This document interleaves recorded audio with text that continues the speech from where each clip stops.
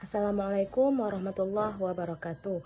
Perkenalkan, nama saya Nur Rahma dengan NIM 23059050100020. Baik, di sini saya akan menjelaskan atau memberikan ringkasan mengenai beberapa materi yang telah kami pelajari dari 1 sampai ke 8 pertemuan.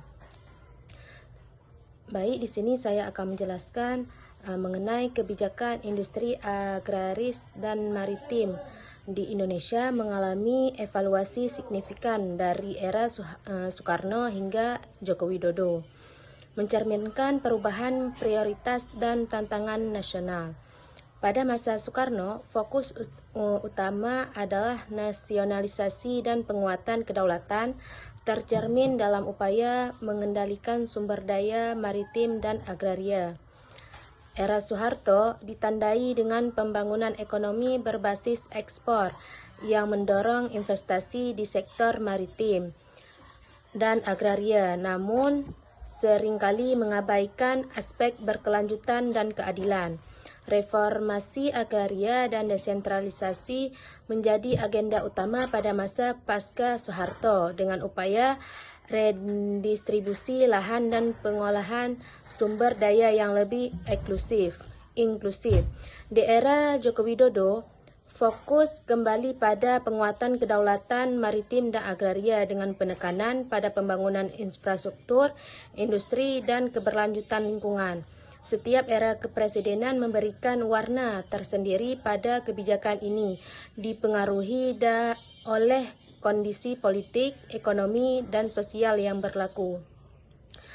Berikut ada juga mengenai kebijakan industri agraria yang berdasarkan dengan 7 teori pembangunan. Yang pertama, teori modernisasi, di mana fokus transportasi pertanian tradisional menjadi modern dan produktif.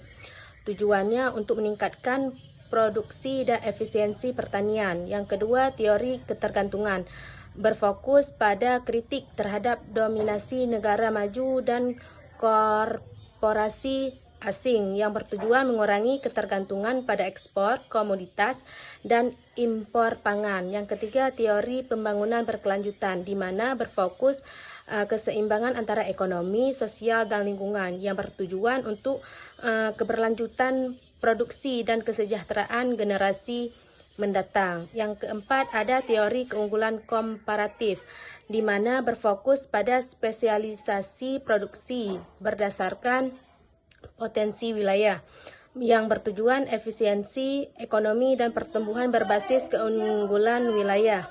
Yang kelima, teori strukturalis, di mana berfokus pada perubahan struktur sosial, ekonomi, dan pedesaan yang bertujuan menghapus ketimpangan struktural antara desa dan kota.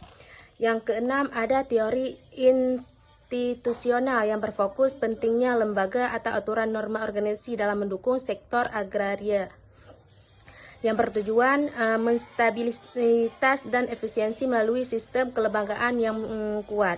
Yang ketujuh, ada teori ekologi politik, di mana berfokus pada interaksi antara kekuasaan, sumber daya alam, dan masyarakat yang bertujuan untuk keadilan sosial dan kelestarian lingkungan. Berikut ada tantangan dan peluang Indonesia sebagai negara agraris dan maritim. Yang pertama, sebagai negara agraris, di mana ada ahli fungsi lahan, ketimpangan penguasaan tanah, rendahnya produktivitas petani, dan sebagainya. Yang kedua, sebagai negara maritim, tantangannya yang ada infrastruktur laut belum merata, penangkapan ikan ilegal, pencemaran laut, dan kerusakan ekosistem, dan lemahnya pengawasan dan tata